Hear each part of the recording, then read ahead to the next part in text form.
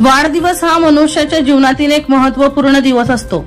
त्यामुळेच वाढदिवस सर्वच जण साजरा करतात, गरीब असो वा श्रीमंत।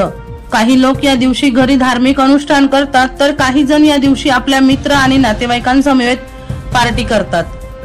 वाढदिवस कसाही साजरा केला तरी त्यातून आनंद घेणे महत्त्वाचे असा विचार साधारणपणे करण्यात येतो।